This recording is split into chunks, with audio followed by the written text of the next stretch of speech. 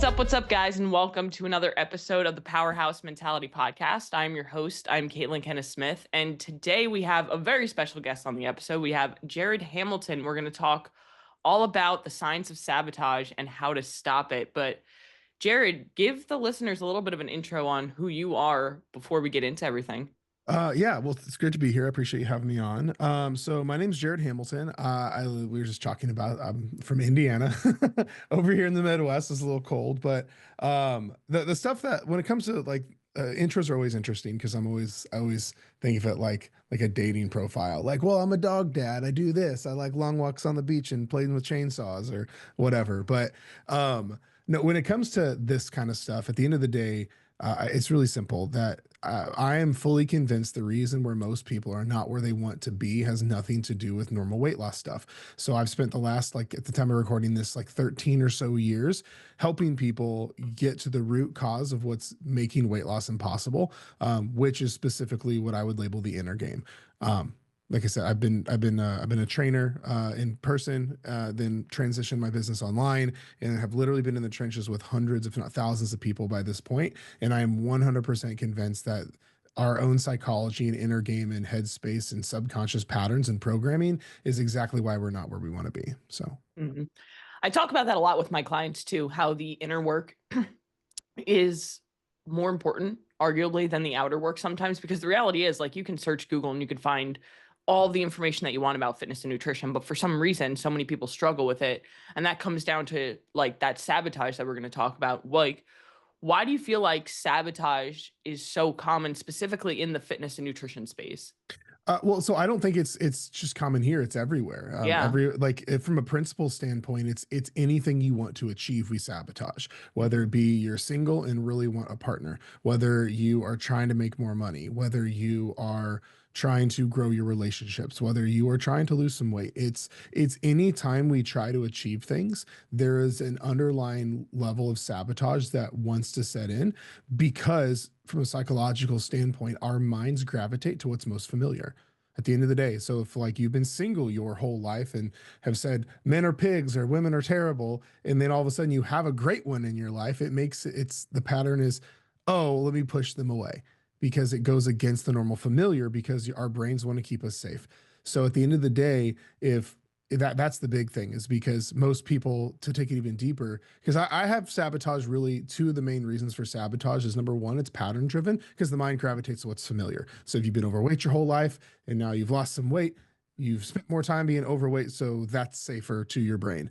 But then also we sabotage to what we believe is true about ourselves. So for example, if you have a belief of I'm not good enough or I'm not worthy of happiness, well, then all of a sudden you lost weight and got a promotion at work. That is now a threat to that identity. So you have to mess it up. You have to sabotage it. If you have a belief that all men are pigs or all women are cheaters or whatever, and you have a great one, that goes against that belief. And so you have to ruin it. So or this is when in weight loss we see if someone has the belief of, oh, I have to starve to lose weight, I have to suffer to lose weight, or losing weight is so hard for me. You sure as hell will lose weight, but it's going to be torture to make it happen because that's the only way to make that situation true in your brain. So we have to look at things from the pattern side as well as the belief and identity and the actual belief system side. Mm-hmm. When I heard you speak at the Hidden Summit retreat, you said a quote that really resonated with me and a lot of my clients who were actually there. And it was, you're not who you want to become, you're who you say you are, or something along that line. And that kind of Mm-hmm. goes right into that. Like, you always say that you're the fat friend, or you always say that you're terrible at dieting or whatever it is. So you're kind of gravitate towards exactly what you want. Is that what you mean? Mm-hmm. Yeah, I Mhm. mean, most people, our results are just congruent with who we believe we are. Right. That's what it is whatever you believe is true about yourself, your brain will now go to work 24/7 to find evidence to support it. So if I have, forget weight loss for a second, if I have a belief that the world is a scary place and everyone's out to get you, I could find, and I walk out my front door, all I will see is terror. It's because my brain goes, oh, okay, that's what we believe. So let's find evidence to support that belief, We have this thing mentally called your reticular activating system. I talk about it with my clients a lot, your RAS for short, and it's your filter on life. Because if you didn't have a filtration system mentally, you would have a psychotic break, right? Everything that is going on, every sensory thing, what you see here, everything in front of you. I probably have 50 items on my desk right now between pens, a book, a notebook with all words on it, a mouse, a couple flash drives. Like I have like probably 50 different things on my desk right now. So if I didn't have a filtration system about what's important, Mhm. um, then then I would, your brain can't comprehend all that. So it's a filtration system to what is what you believe, because your brain is also about self-preservation. So if you have a belief of I'm not supposed to be happy, and then all of a sudden that's your belief, or I'm not good enough, or I'm a binger, or whatever it is, your brain is now using its RAS to find out what's true in reality, to keep you safe and to make sure that's true, to be in congruence with who you are. So it's why we have to be really careful about what we think, what we believe, and really take inventory over that. Because at the end of the day, you have no responsibility to be the same person you were 5 minutes ago if you decide you want to change. But again, then that goes against the old belief systems, because the brain goes, well, we believe this for the last 20 years. And if we let go of that, we're going to die. Well, that's, of Mhm. course, the way your self preservation brain's going to view it, which is at the end of the day why we sabotage, why sabotage is here on every level of this transformation journey as a whole. So, Yeah. What do you feel like if somebody's listening to this and they're like, "Oh shit, that's me." What are some of the most common triggers that kind of lead people to self-sabotage that you've seen? results. The number one cause of, or the number one trigger for any sabotage pattern to set in that I've seen, is results. Think of it this way: like your sabotaging patterns is kind of like the thermostat on a wall. So if your thermostat is set at 70 degrees and your room heats up to 80, the thermostat goes, whoa, we're not supposed to be here, and it will cool the room off to the setting. So the whole role is the thermostat's role is to regulate the room temperature to what the setting is. That's what happens with sabotage and belief systems and things like that. If you, if or even from a pattern perspective, if you've been, let's say, one way your whole life, if you've always been 40 pounds overweight, and then all of a sudden you lose said 40 pounds or 30 pounds, that part of you goes, hang on, this isn't how we're used to being. We're off here. Let's regulate back to where we were. Now, here's the thing though, and I had a chat with a client about this the other day.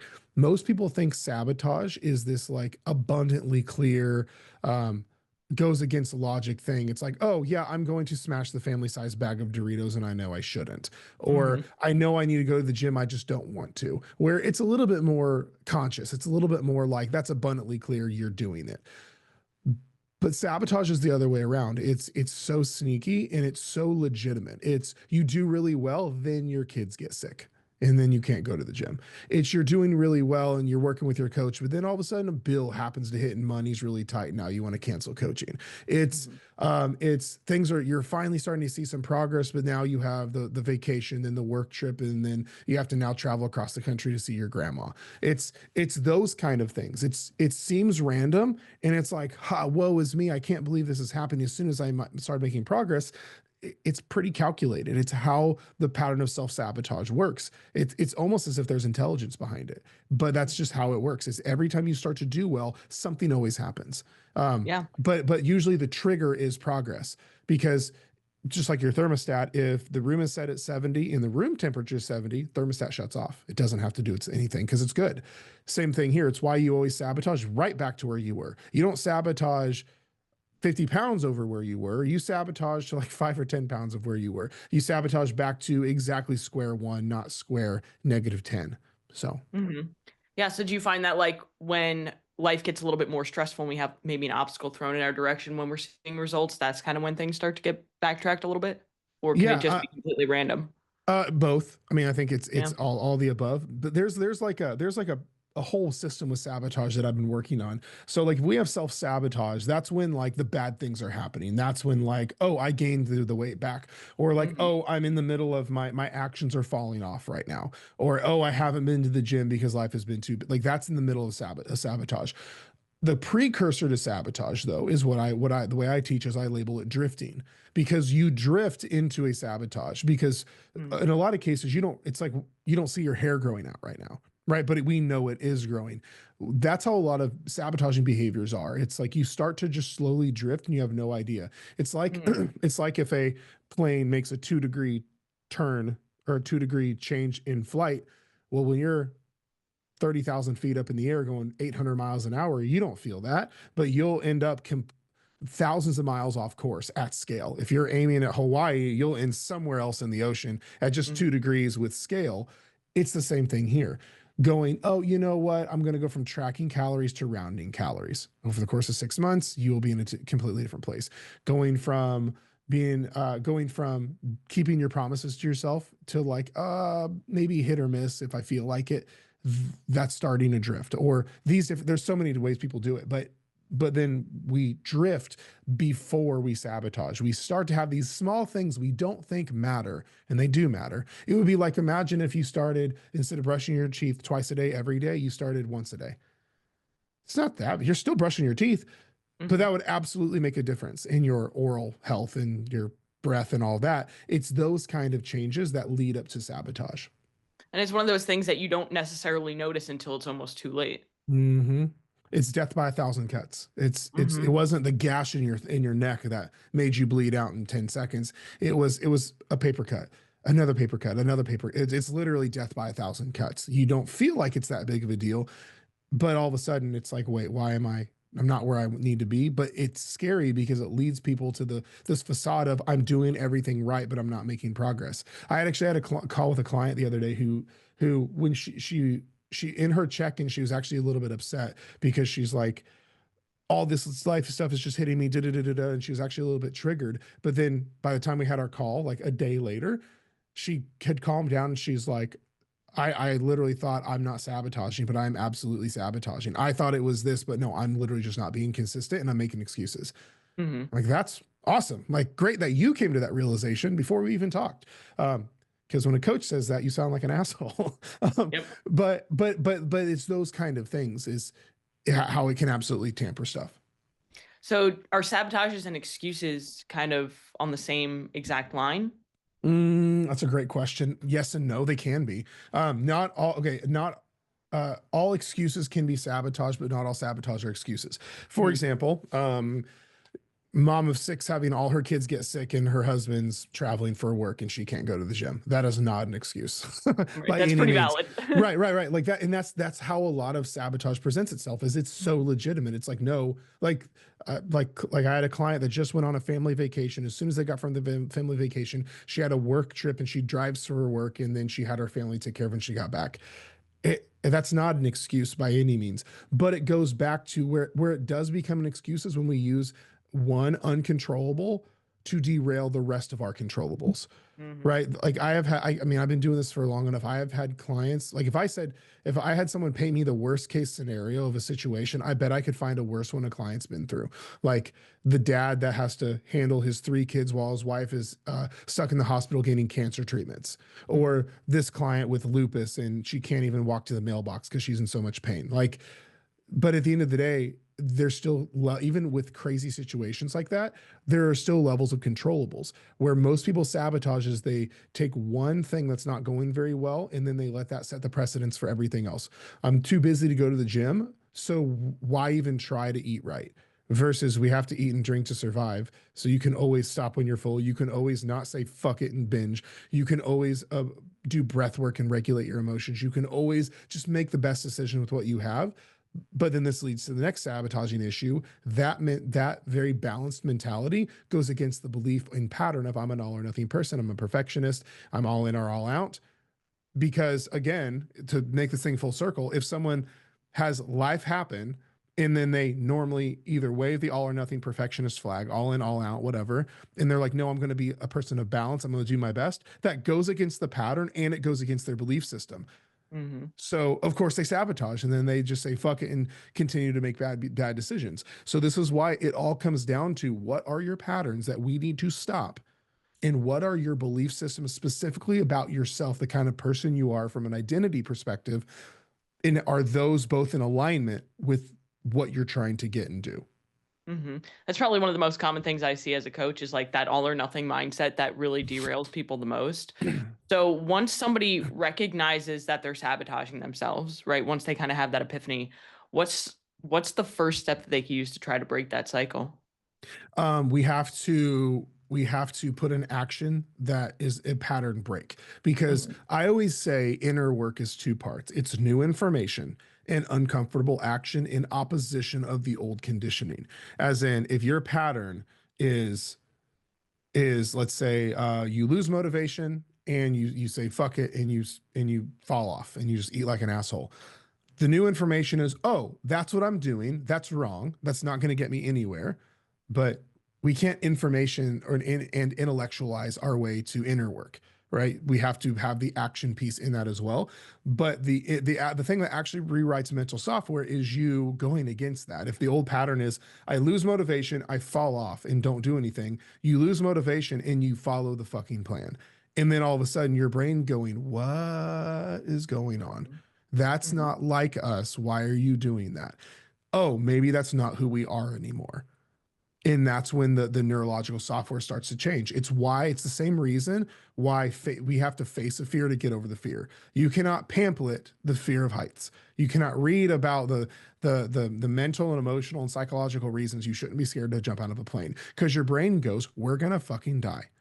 So if you jump out of plane and you didn't die, your brain goes, huh, we were wrong. I guess we're not scared of heights anymore. It's because the body teaches the mind what to think.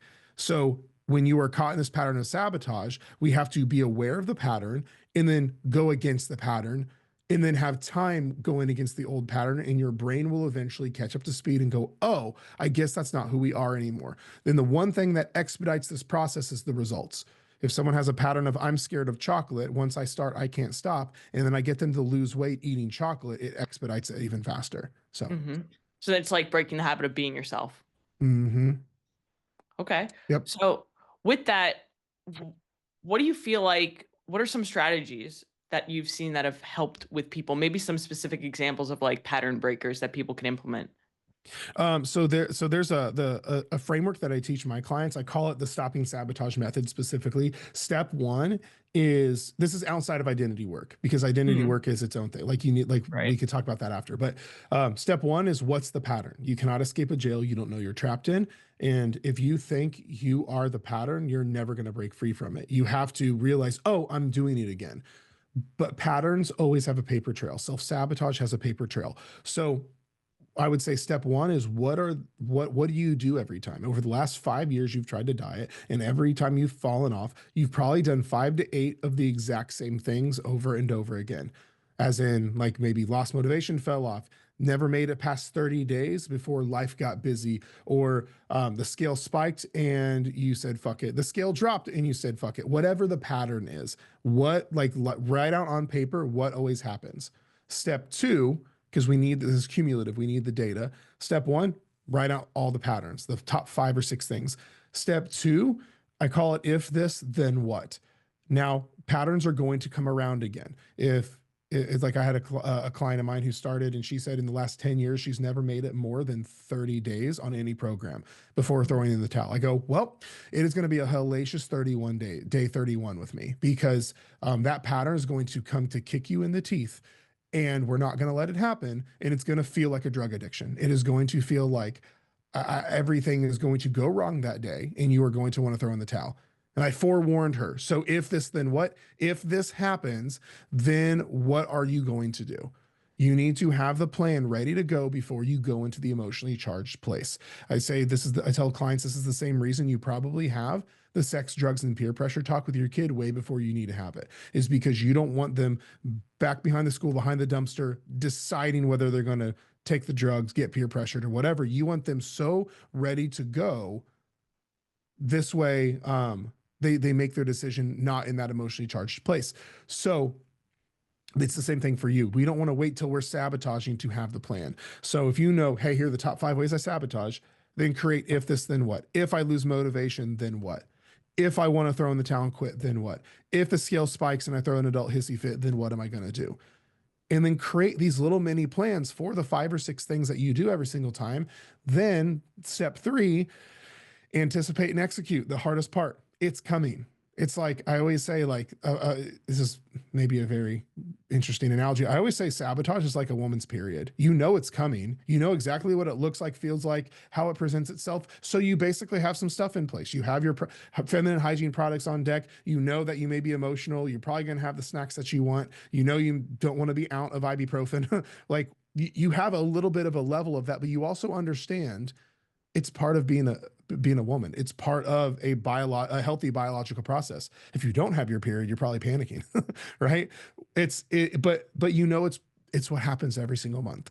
So I don't view sabotage as any different. It happens every time you set some goals, every time you go out to accomplish them. And it's a very, instead of a biological process, it's a psychological process. So you need to have a framework of things in place so you're not taken off guard by it. And then anticipate and execute. So then, oh, there it is. Implement your plan from step one, and that's it. Hmm. So it's such an interesting concept for you to get into this because I feel like so many fitness and nutrition coaches, they just like focus on, fitness and nutrition. Here's a training plan. Here's a nutrition guide. Let me just help you along the way. How did you initially get into like the science of sabotage and all this like identity work and everything like that? So I'm right now I'm 33. I started studying personal development and psychology and some neuroscience in my early 20s, Hmm. just because I was fascinated by it. And it was selfishly. I had no intention of bringing this into like coaching people or whatever. It was all I wanted to make me better. But then but then actually I started as I started coaching, what I loved and how I felt about the coaching started to drop a little bit. I started to become a little bit heavier mentally and emotionally about everything. Like I was grading people results, it was working, but something didn't feel quite right. I felt like something was missing. So I did what I preach and I go, get quiet, let's go inward, let's get curious and see what happens. Because during this time period also got heavy into personal development, heavy into psychology, heavy into the science of the way that your brain works, and heavy into therapy and my own journey, my own exploration of my darkness, my own questioning of beliefs, my own identity stuff. Have gone through two therapists, like gone to like spiritual retreats, like the whole 9 yards of my own stuff, and realized how radical these concepts change everything. So and then I realized at the end of the day, like we have to go deeper to get these results. And what solidified it for me, whenever I felt not great about everything and a little bit heavier, what happened was I noticed a pattern, because again, it comes down to what are the patterns that happen. And I noticed I was starting to do this work with clients before I ever talked about it because it was required to get the results. What I mean by that is I would have like I was at this time I was just the sustainable fat loss guy. I just showed people how to work out a couple times, drink wine, eat donuts, and look good naked. Like nothing crazy, which still produced great results, but it just felt like something was missing. Well, let's say Mrs. Jones would come in and work with me and I'm ready to take her into fat loss. But then I'm like, oh, shoot, she binge eats every third day because her relationship with food is terrible. Okay, fuck. Well, excuse me, I know I can't get her to where she wants to be. She signed up to me for me to get her the results. I can't get her results in following the program if she's in binge eating. But then because of what I learned about sustainable fat loss and the way the brain works, I'm like, okay, I'm going to fix her relationship with food real quick and get her to stop binge eating and get her on the fast track to fat loss. Cool. Mrs. Jones is good. Then another client would be working with, and let's say Mrs. Smith, and she's doing great, and but she's now subconsciously sabotaging because her identity's all fucked. And I'm like, okay, she's subconsciously sabotaging because her patterns and belief systems are off. So it doesn't matter what I have her do. Okay, I need to go rewrite, help her change her identity to something that serves her, fix her story, change her state. Okay, get her good. Now she's on the fast track to fat loss. And I'm like, oh, this is everyone. Everyone has these Hmm. issues. But then this is also my 10 out of a 10. I went from loving talking about fat loss, calorie deficits, and macros to hating to talk about those things. And all I wanted to talk about is this deeper stuff. And then ironically, no one talks about it in our industry at all. So, Yeah. so I had this epiphany of like, man, if I could just bring inner work and mental and emotional stuff and sustainable results in one place, that's just kind of what I would like to do. But no one's ever done that. Oh shit, no one's ever done that. And so then I got excited, but then got hit by the imposter syndrome train of like, who the fuck am I? But I'm like, it's fine. This is what feels 10 out of a 10. So that's when dieting from the inside out became a thing. And then now to date, I have like psychologists and PhDs in science or in psychology like hire me. It's the craziest thing ever. So Yeah, that's awesome. Do you feel like, because like, while as you were talking about that, do you feel like it's impossible for somebody to achieve the results that they want to if they do not, um, at least attempt to fix their identity and limiting beliefs? 100%. Or at least let me caveat that they good luck keeping them. You Yeah. might have a good month, you might get them and go, "Woo, I made it," but I mean, it's 90% of our actions are subconscious, and it's in subconscious in alignment with our identity. So, I mean, imagine if someone took, if I mean, if that's 90% of your day to day, I mean, you're good for 10%. But like, imagine if you had a 90% pay cut and then you're going to try to save money. It's just not going to work. So, you're not going to have long lasting results unless you fix your inner game identity and all those things. Hmm. How does somebody start with the fixing their identity?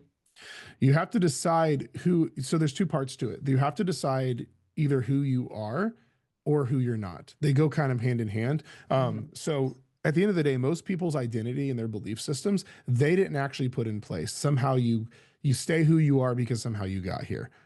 Right. Like, oh, I've always struggled with binge eating, so I must be a binger. Or, oh, my mom struggled with her weight, so I'm going to be, I'm just like my mom. Well, and I'm or whatever, whatever the identity is, or like let's say you had a dad that was an asshole. Oh, I'm just, people say I look just like my dad. I'm just like my dad. I must be. Oh, I'm just an asshole. It's in my blood. Like most people's identity and stories, just um, they didn't put in place there. So you need to decide who you actually are. From your perspective and from what you actually want. Because at the end of the day, we don't get what just a result. We have to become a person who gets that result. So if you say, I want to lose 30 pounds, it's not how do I lose 30 pounds? It's who do I have to become who loses 30 pounds? So you can go, all right, well, what tangible results do I want? I want to be free around food. I don't want to binge anymore. I want to lose 30 pounds and I want to be strong as fuck. Okay, who do I have to become who does all those things? Then once you get clear on who that person is, what their character traits are, who they the personality of that person, then you need to just do what they do. Like you have to operate your actions in congruence with that version. And then one day you essentially just walk into them because if most people's actions are in congruence with who they are now, then they wonder why they keep their shitty results. But it's almost like when you go to sleep, you have to be asleep before you fall asleep. You have to literally lay there, fake asleep. You close your eyes while you're awake, and then you eventually drift off to sleep. It's kind of the same thing. I'm not saying just fake it, but I'm saying you have to be that person. What would that person do? It's like if your kid had terrible grades and they want to get a scholarship to go to football to the football school, and they have terrible grades. They say, well, how do I get good grades? You have to become a good student. Oh, well, what do good students do? They show up to class early. They sit in the front. They do their homework. They ask questions. They have a great habit routine around their studies. And if you just be a good student, you get what good students get. Well, if you want these results, you have to start operating in congruence with that version of you who gets those results. And then before you know it, you just go, oh, wait, when did this happen? And then you kind Yeah. of just walk into it. But at the same time, a lot of times, so a concept I've been working on isn't just like who are you, because that can be a really daunting question. Like Hmm. I remember at the Hidden Summit retreat, I talked about like the coma letter and all that stuff, and it's really powerful. But it's sometimes it's hard deciding who you are right now. Sometimes you can go what I call this the back door to identity work. You can decide who you're not. It's kind of like in school with a multiple choice when you have no idea. If you can Hmm. eliminate some, it makes the decision making process so much easier, Right. right? So if I would say if you don't know who you are, cool. Who are you not? Well, I'm not a person who hides their emotions with food. I'm not someone who is easily swayed just based on what I feel. I'm not someone who quits anymore. I'm not someone who, well, dope. If you just eliminate all of those, it makes it really crystal clear, or even a little bit clearer to establish, well, who are you? Or you can at least start changing actions. When you start to hide your emotions with food, you go, no, that's not who I am anymore. Or when you Hmm. start to have an all or nothing behavior, no, no, no, I'm not an all or nothing person anymore. And then you'll notice you just by proxy start making better decisions by going, that's not who I am anymore. That's not who I am anymore. That's not who I am anymore. And that's also slowly stripping these parts of you from your identity because you're going, that's not who I am, new information. And then you make the action that goes against the old conditioning in the correct direction. That's the second part. And then it's pretty well game over from there. Yeah. So it sounds like you really just have to decide who you want to become and who you don't want to be. And you have to force yourself into those habits, really. Yeah, for sure. Do you find how long do you find that that takes, or is it completely different? I'm Every, assuming based every on everybody. everyone's different. A mentor of mine says you don't need more time, you need more awareness, but everyone's journey to that awareness is different. I've had Hmm. some I had someone, my oldest client to date, she is 80, 7 decades of binge eating. But her binge eating was coming from her identity, and 6 weeks, her binge eating was gone. She literally went from 7 decades to 6 weeks. Um, but I've had some people who might take 4, 5, 6 months to get there because it just takes them. Some people have further to go through. Some people are super receptive to this work out the gate. So, everyone's different because when it comes to Right. this inner work and the idea of letting, because for you to adopt a new identity, you have to let go of the old one. You can't, Mhm. otherwise, it's like you have competing beliefs. If I'm good enough and I'm not good enough at the exact same time, like that's all, that's really hard. So, a lot of it is comes down to how well we get the awareness and we ascend and let go of these old other parts. So Do you think that fear is one of the biggest reasons why people hold on to our old identity and beliefs? the mind can only measure what it will lose, it cannot measure what it'll gain. So as in, even because your brain is only about self-preservation, it doesn't give two shits if you're happy. So Hmm. your brain only sees what you're going to lose. How much money am I going to lose? How much time am I going to lose? Oh, I have this. You may not even be aware of all the things you're thinking about losing. Like, let's say your mom was overweight and you're overweight, and then if you lose weight, you're going to lose connection to your mom. Like, there may be so many layers of the memories from childhood. What will people think, or the unknown of whatever. And so the mind only measures what it'll lose. It cannot measure what it'll gain. It can't see it. Your brain does not want to look at possibility. I actually just had my community, my collective, do this exercise. I've never taught this before, but the brain, it hit me out of nowhere the other day. The brain works in worst case scenarios, right? Hmm. All of us do. We catastrophize the worst case scenario. Oh We yeah. literally visualize it, emotionally charge it, and then think about it a dozen times a day. Hmm. But no one spends any time thinking best case scenario. But if we're going to dip into that side of the pool, we have to by proxy dip into that side of the pool. Like, for example, what would happen if I said, because, well, let me take a step back and say, for most people, they think like best case scenarios being like outlandish or not practical, but half of our worst case scenarios aren't practical at all. Right. But or stuff like this. Like, what if I said, hey, you losing your weight, fixing your relationship with food, healing parts of you, and regulating yourself is actually going to help you reach new levels of happiness, start a business that helps people all over the world and have millions of people watch your stuff, and then going to get you on some of the biggest stages in the world. That sounds pretty unrealistic, right? Hmm. That's what happened to me though. Yeah. I would have like right like I never would have envisioned me fixing my shit would have done what it did for me at all. Like, but I mean, I can't even tell you how many clients, even in our case with clients, I've had clients fix their relationship with food, stop binge eating, and realize their love for baking, open up a bakery. Like, she never thought about that. Like, that would have, if I told her that on day one, hey, I know you quit baking because you can't control the binge eating, but we're actually going to fix your binge eating and you're actually going to start a bakery and then ship worldwide. She would have laughed in my face. Yeah. But the brain could only see what she'll lose. Oh, how much is coaching? How much time am I investing in this? How much she wouldn't have seen what she's going to gain on the other side. It's the same thing here, but our brains operate in worst case because at least we can be protected. It's kind of like the analogy I've been using is you remember the older like animated movie The Croods from I think a Disney movie or a Pixar movie with the Yeah. cavemen. Yes. Your brain is the dad. The dad is like, we are not going to leave this cave. It's only danger out there. Yeah, there's some cool stuff way over there. There's the entire world, but we could also get hurt. We just need to stay in our cave and never come out because at least we will not die. But then the daughter's like, I'm gonna sneak out. Nope, I'm gonna go find. Oh wow, yeah, I almost died, but that was dope. And all this cool stuff happens. That's how your brain works. It can't Yeah. see possibility like that.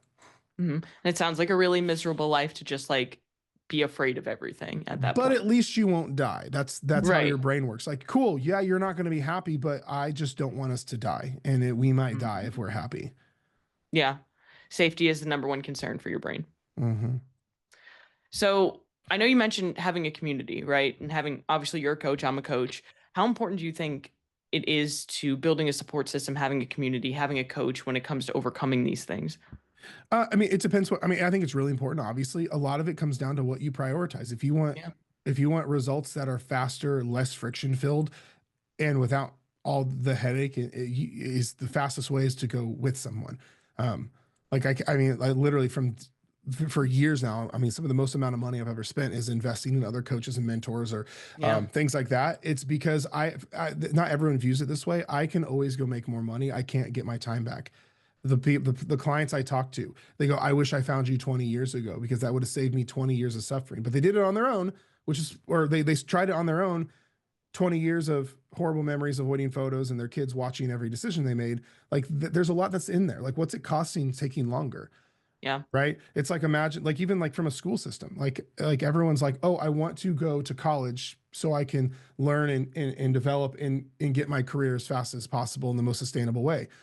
Well, why don't you just go learn it all on your own and avoid college? Well, okay, well, because you want to get there faster and have the degrees and all that. Well, it's kind of the same thing here, where if it comes down to what you want, if you want results that are streamlined, if you don't want to fall in the pitfalls and all the things, then you need to have some semblance of a support system, a community, or what have you.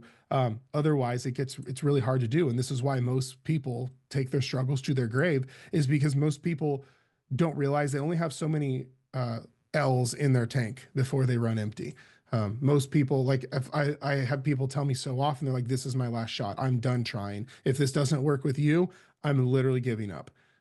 But everyone has, like, no one knows it in the moment, but everyone has a number, right? Yeah. Most people aren't going to fail X many times. So every time you try fall off, you're chipping away at like your hope, so to speak. And most people will hit a point where they're like, I'm done. I'm done trying to do this. Because it goes back Hmm. to the self-preservation thing. Is if the last 100 times you've tried to lose weight, it doesn't work, your brain's like, what the fuck are you doing? This Yeah. hurts. Every time you fail, it hurts us. Why are you doing this? I think it would be better if we just were happy the way we are and stop trying to go find that on the other side. So every time we try and fail, it's actually chipping away at your hope somewhere deep down. But at the same time, it's also, this is the thing no one thinks about with struggle. The longer you struggle, the stronger the struggle gets. As in, every action is a rep, right? Think about practicing guitar. I played drums. I was never a guitar guy, but I suck at guitar, right? If you give me that guitar behind you, I would flip it over and smack the other side. Like I can't play. Well, if I wanted to practice guitar, it would be a shitty session to another shitty session to another shitty session. Then they would start to sound less shitty, right? It's all that. But if and then all of a sudden, then you have someone like Jimi Hendrix who's played his whole life, and now it's Jimi Hendrix and can make beautiful music. But Right. most people have the same kind of reps with falling off. Every time we fail, every time we fall off, every time we start and we gain the weight back, that's a rep in the wrong direction. You are programming new conditioning every time you fall off. But some people are the Jimi Hendrix of gaining weight or the Jimi Hendrix of falling off. And it's no wonder we gravitate that way and sabotage that direction. So that's why it's not just like, oh, I'll try until I get the hang of it. It's like every time you fall off, you are literally strengthening your sabotaging muscles. You are becoming the Jimi Hendrix of weight gain versus Mm. we have to be careful with that because the longer we struggle, the stronger the struggle gets. It's why it's much easier to train a puppy to sit and go out and do the things it does versus getting a 15-year-old dog from the pound and then trying to teach it to go out and go to the bathroom and sit and all that. It's because it's got a lot of reps the wrong way. And it's hard. Hmm. It's not impossible, but it's harder to teach an old dog new tricks. So it's the same thing here. Yeah. So, what advice do you have for somebody who's listening to this who might feel like they're stuck in this loop of sabotage and failure? Um, Three things. Number one, if you can, work with a coach who specializes in it, who can fix it and give you an exact blueprint so you quit getting in your own way. Number two is the other two things that I mentioned with sabotage is get really clear on what your patterns are and then put that plan in place so you stop those patterns. And then number three is you probably need to check and rewrite your belief systems and your identity because that's what you're on autopilot sabotaging to. So instead of fighting uphill, why don't we just like take a helicopter to the top of the hill and call it a day? And that's what you would do if you just fix your identity. So Yeah. So, take all the information that we're putting out in this episode and actually apply it into your life instead of just letting it sit in your brain. mhm, for sure. So, If there is one thing that somebody could take away from this episode, what do you think it should be? Mm, one thing is that you are not your patterns. Your patterns are your patterns. If you think you are your patterns, you'll never get on the other side of them because your brain's about self-preservation. But you aren't an all or nothing person. You have a pattern of all or nothing. You aren't a sabotager. You have a pattern of sabotage. You aren't a perfectionist. You have a pattern of perfectionist behavior when things don't go your way. So we can keep you and get rid of the pattern, because if you think you're the pattern and we fix that, we get rid of you and your brain won't have it.